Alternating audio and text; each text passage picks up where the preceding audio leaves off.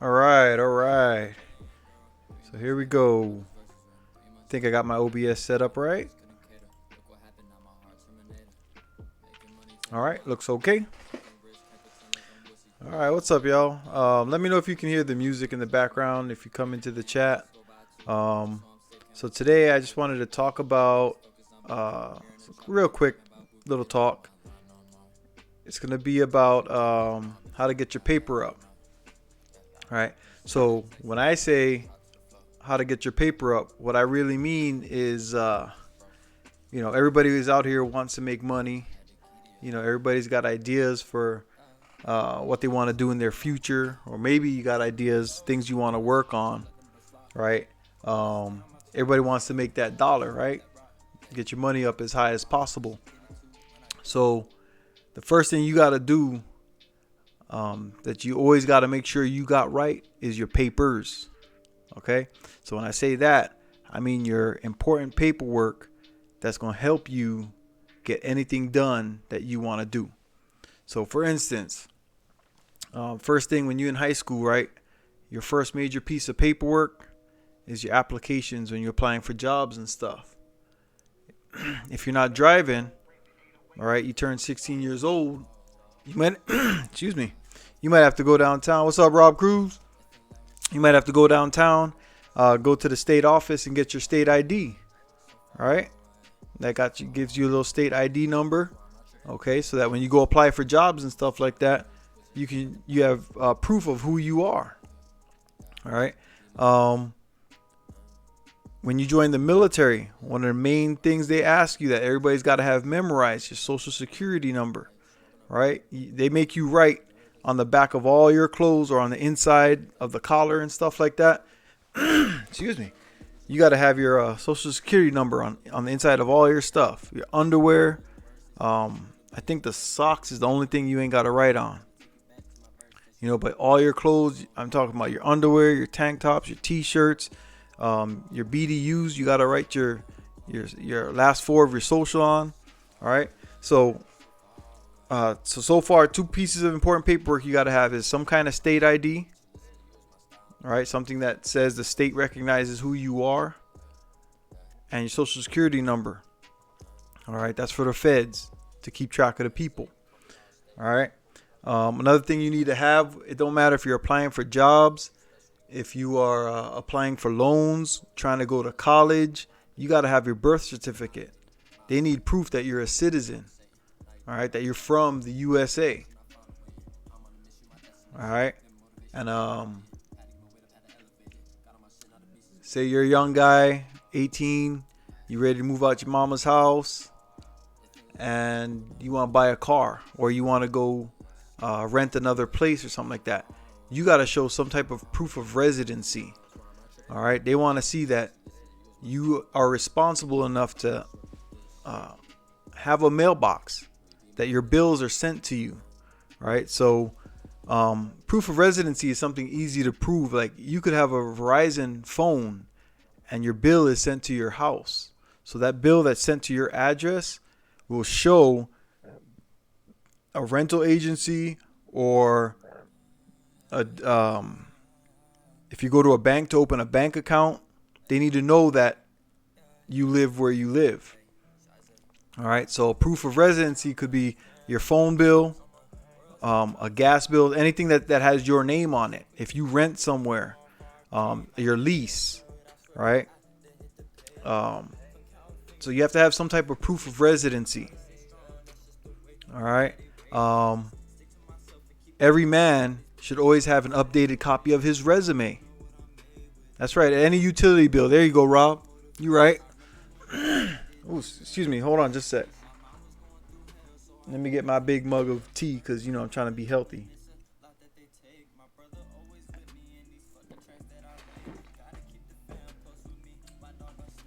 All right. So, your proof of residency, updated copy of your resume. And I would suggest everybody go look at your resume at least every 6 months and update it, because the amount of time that you've been on the job should be increasing on your resume. So if you have a copy online that you keep, You should always have 2 or 3 copies of your resume printed up, an up-to-date copy, because you never know who you're gonna meet and who you're gonna come across that might say, hey, get at me tomorrow and bring me a resume. I'm gonna hook you up with this better job. All right. Or if you go to apply for a loan or something like that, some type of paperwork showing that you're some type of professional. All right. And speaking on that, again, if you were military and you got out, you get out the military, everybody that gets out the military gets what's called a DD-214. That's like your separation paperwork from the military. Okay, it tells anybody who looks at it can see whether you had an honorable, a general, or a dishonorable discharge. All right, and that honorable discharge is what you want to have. Okay, if you've got an honorable discharge on your DD-214, that right there is like gold. All right, because you can go and apply at jobs, even jobs that you never did before. When they see that DD-214, that tells them a whole lot about the person applying for the job. Okay, an honorable discharge will open many doors. All right. Again, talking about jobs, you should always have your transcripts from your college if you went to college. If you got a bachelor's degree or something like that, have a copy of that ready to show at any given time. All right. And also, for instance, so some of the jobs that I've had, when I was a plumber, you can get your plumbing certificate, your plumbing license. Okay. When I was a barber, I had to always have my barber license on me at all times. In fact, you have one that you leave in your shop that has to be available in case the barber board walks in. Okay. They also give you a little card that you can carry in your wallet. Right. So say you're a barber and you want to go apply at a barber shop for the first time or something. You don't got to carry your license with you. You got this little card in your wallet that lets everybody know, hey, look, my barber license is up to date. And you can show anybody who needs to see it that also gets you, what is the word I'm thinking? Professional. You get professional discounts when you go to the barber stores and stuff like that. So for all you player wannabes, that are trying to date these girls and whatnot, you can get, sometimes you get half off of weave. You know what I'm saying? Get your girl some weave. That could be one way of tricking, right? Let the girls know, hey, I can get a discount on your hair. On the yaki. Right? But yeah, so you want to have your certificates and up to date. I work on computers now, right? And I got a bunch of certifications. Okay, so I have a A+, a Network Plus, and a Security Plus certificate, meaning that I'm a professional and I'm capable of doing all these jobs. I can work security in IT, I can work on networks in IT, and I can work on computers in IT. I can fix your computer. Okay, I can fix your home networks, I can fix a business network, and I can also provide security, and I know what to look for. All right, so you want to have all that stuff ready. You want to always have that available.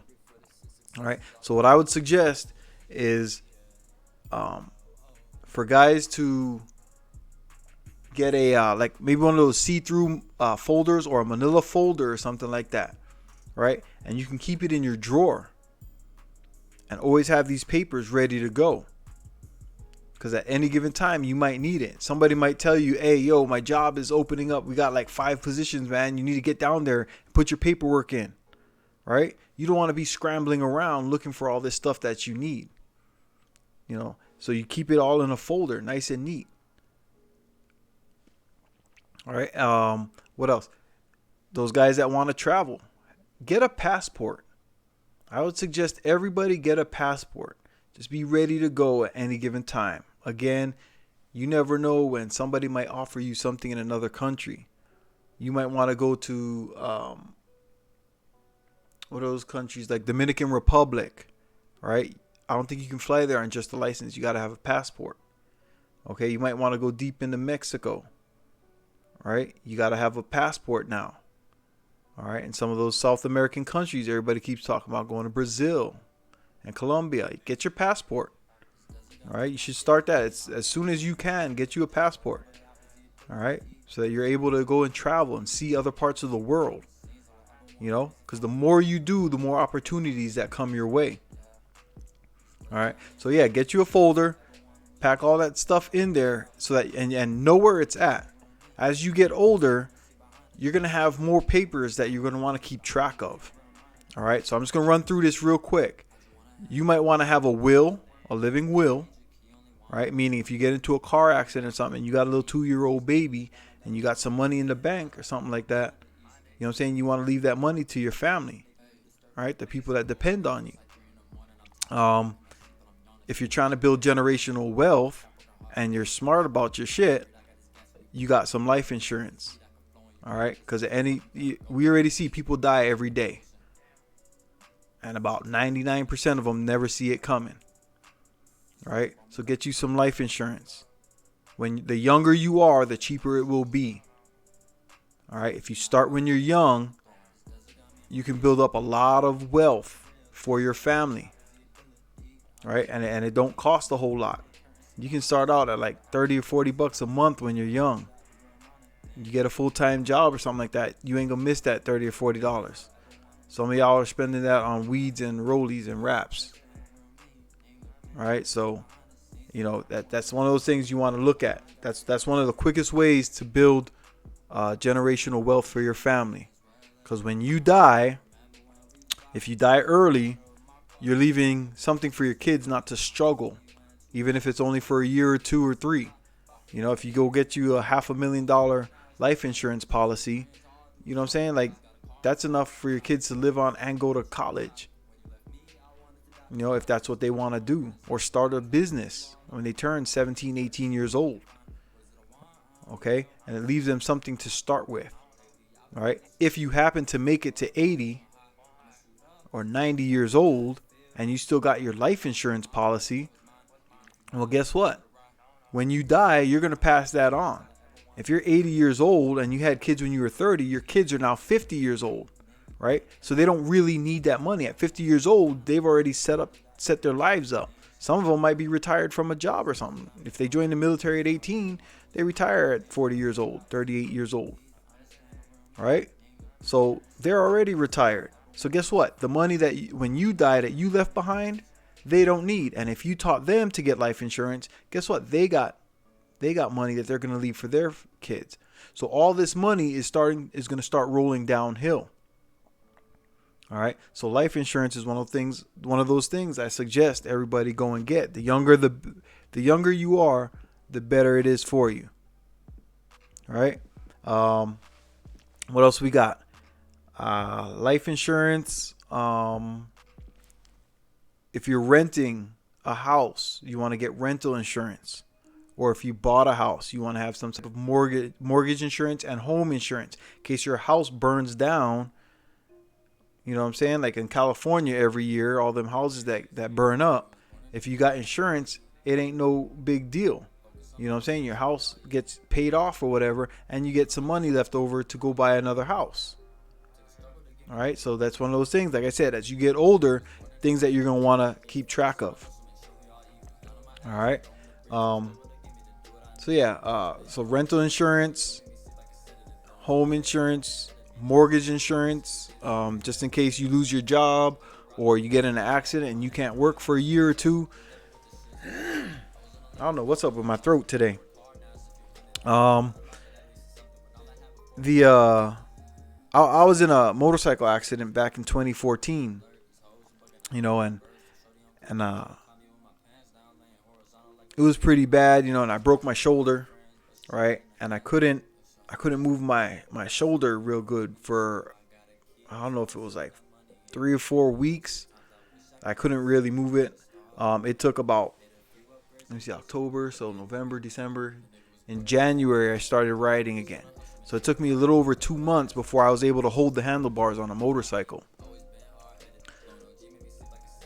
Actually, it was October 1st. So November, December, January. So 3 months. It took me 3 months before I could ride. All right. So that's what, 3 times. It's like 12 weeks. All right. I was a barber. That's when I was doing barbering full time. You know, can you imagine what was going through my mind when I was laying on the ground and they were trying to pick me up? Because yeah, I flew.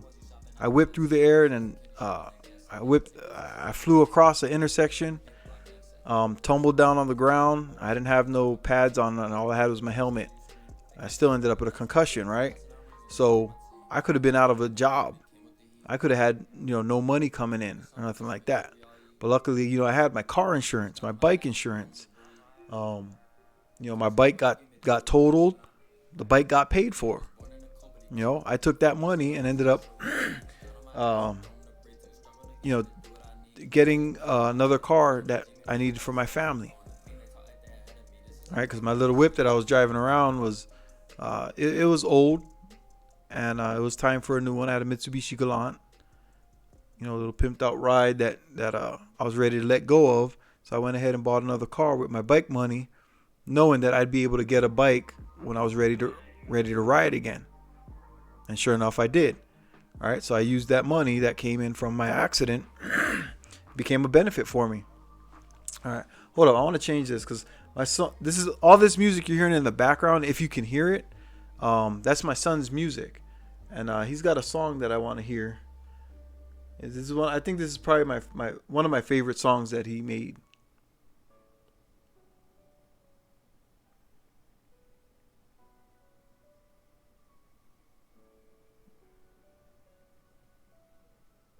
I like all of them, but yeah. So y'all go check him out, man. That's my little man, Shize. All right. So anyway, this I just want to make this quick video. Like I was saying, guys got to get their papers together. All right. And when the more prepared you are, then the more ready you'll be when the time comes, when the opportunities start knocking. All right. So I'm gonna run over it real quick. Damn, I'm gonna lose my voice. All right, so you want to get your state or license, your state ID or your driver's license, your social security card, your birth certificate, your proof of residency, a resume, and that, like I said, keep that up to date at least every 6 months. All right. You want to have your DD-214 if you're prior military. If you went to school, any college transcripts, certificates, degrees, and any professional certificates that you might have. Get all that together, all right? And get you a passport, okay? Because a passport will open up the world to you. A lot of people talking about, oh, yeah, I want to go to Vegas. I want to go to L.A. I want to go to, New York. I want to go to Miami. What I'm saying? Everybody wants to go and travel and just see these parts of America. You know what I'm saying? Then they get there and they can't wait to leave. After you get your 3 days in, everybody's ready to leave those places and get back home. Right? But when you travel overseas, there's people that go overseas that never come back. Now, I'll be the first one to tell you, America is the greatest country to live in. For me, that's my opinion, right? Just because I have traveled all over the world. Okay? But I do suggest people go see the world. Get out there and go see what's happening everywhere else before you make get opinionated that's based off of what someone told you on the news. Go see it for yourself. I got a homeboy that's playing football in China. You know what I'm saying? I've been to Korea. Everybody's telling you this stuff on the news, but that's all propaganda, man. Stop listening to all that crap. All right, you guys need to go see the world for yourself. All right, stop making judgments based off of somebody else's opinion. All right, and that's what the passport will do. The passport opens up the whole world to you. All right, I live in Arizona, and you can't see across the state. There's a lot to see here. So imagine how big the world is. Imagine how many people are out there. All right. But yeah, and then like I said, when you get older, there's gonna be a whole bunch of stuff that you're gonna want to keep track of. You get you a little file cabinet and stuff like that. You keep your stuff in. Your folder is gonna get thick the older you get. Your paper, if you're doing your paperwork right. But all this is gonna help you get your papers up. All right. In your file cabinet, you're gonna have your will, your life insurance, car insurance, rental insurance or home insurance, mortgage insurance, all that stuff. you're going to want to keep track of all that. You know, a lot of people might be getting their mail and just throwing it in a pile and stuff. You see it in all the movies, right? You know, somebody comes home and they just got piles of mail all over the place. All right. Oh, hold on. Excuse me. All right. That's my little man's.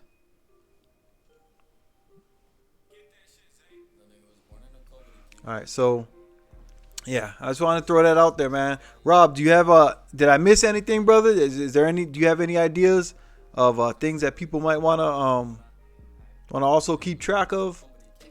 'Cause you know what I'm saying? I'm popping off the top, so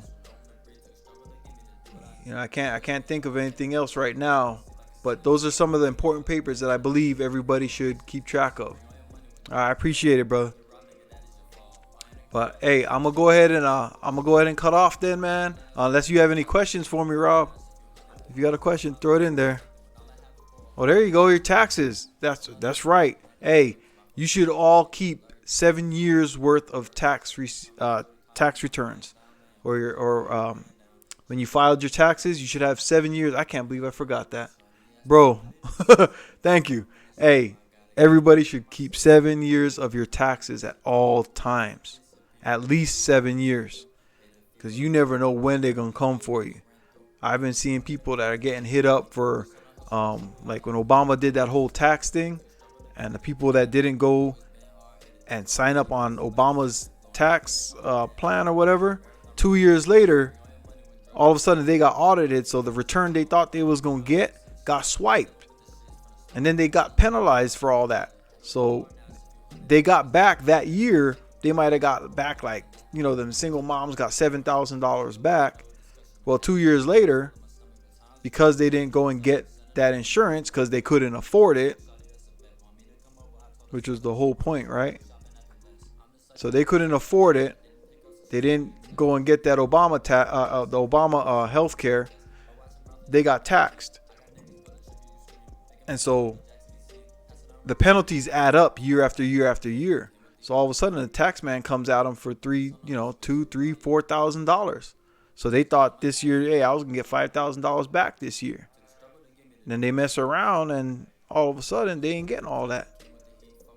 You know, they might get 1,000, if that, if they're lucky. All right, so always keep your tax paperwork right. You know what I'm saying? And if you know somebody who does taxes, have them look over your taxes, man, because they will get you. That's why taxes is in every election. It becomes a big deal. All right. Man, hey, that audit, ooh, if they get you, they're going to get you. They don't play.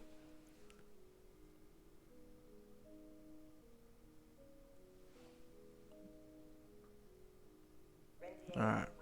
But yeah, man. I guess for now, that's all I can think of, bro. Yeah, like I said, I'm doing this for all you guys out there, you know what I'm saying? Things that I had to learn along the way. You know, my dad taught me a few things that I need to keep track of. My mom told me some things I needed to keep track of. But, you know, I, like a dummy, I joined the military and thought I was just straight. And, you know, I had papers everywhere, man. You came to my dorm room, I had a drawer over here with mail in it. I had the telephone, or what is that, the nightstand had some papers in it. You know what I'm saying? I had on top of my desk, I had some mail. You know what I'm saying? I had stuff all over the place, right? So it took me a little while before I realized there's certain papers that I need to keep track of and always have on, you know, have straight. All right. But, you know, I realized, especially when I got out of the military, having my paperwork straight, man, I was able to do things like when I applied for barber school, and I went through the VA, to do my the voc rehab training, right?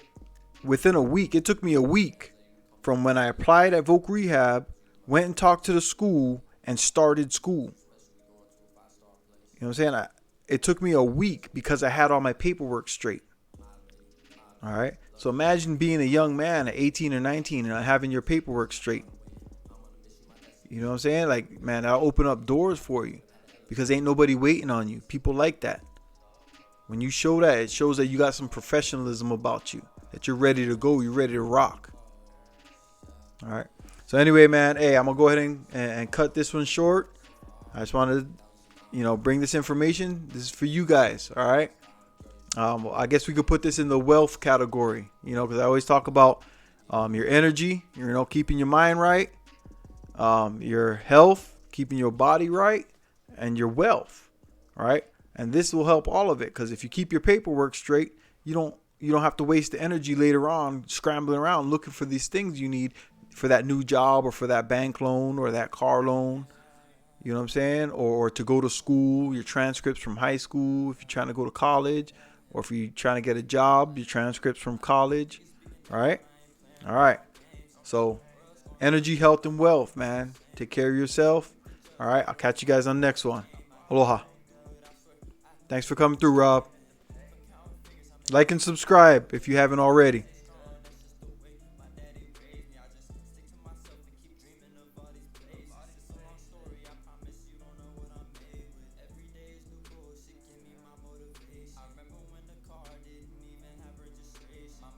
I'm gonna let you guys roll out with my son banging in the back.